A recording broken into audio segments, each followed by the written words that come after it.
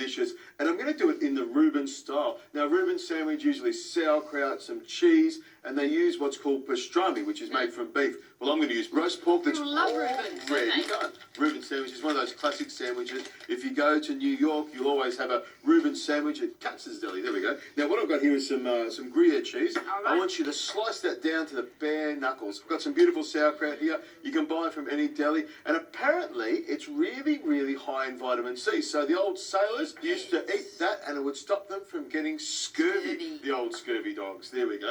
Now, I've got some jalapeno peppers, something I love. What I'm going to do is just sort of chop everything up and we'll make a mix in this bowl and this will flavour it all together.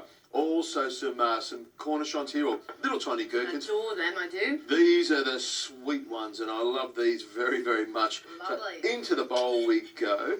And to add a little bit of flavour, I've got some onion. I love raw onion in my sandwich. And I'm just going to dice this. Hang on with that cheese there. It's kept I'm almost at the bare knuckle. kept you really busy. Now, what I'm going to get you to do is grab a knife and the spreadable butter there, and I want you to butter the inside of those paninis. There we go. I've got 2.5 there because I know you don't eat meat. And I don't want you to miss out on the sandwich. There we go. Pop this straight into the centre here. I'm also going to put some lovely fresh thyme. You can see this bunch is beautiful.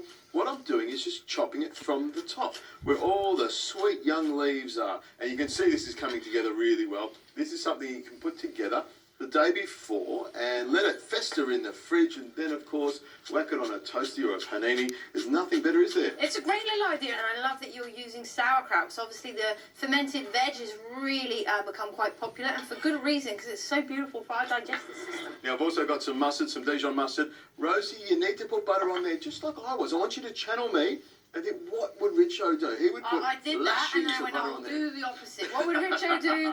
I will go the other way. Oh, there we go. So I'm just going to mix this around, try and combine everything together.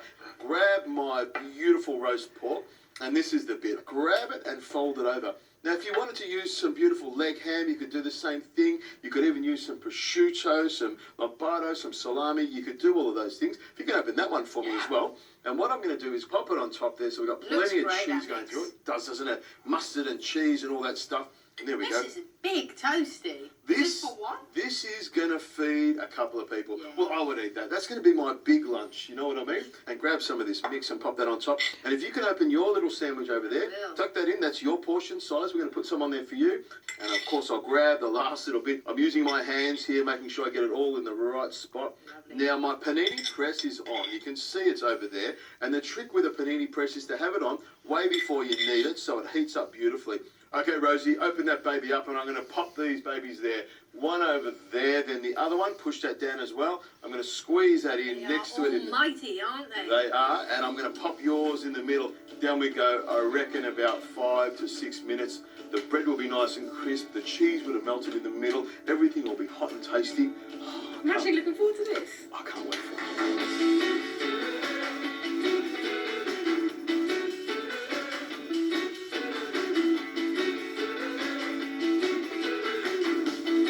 Rosie, I'm ready for this one. Hear that little tingle there? That tells me that everything is just, it's just giving, I don't want to take it off. I just want to cut it up Did you on start there. crying?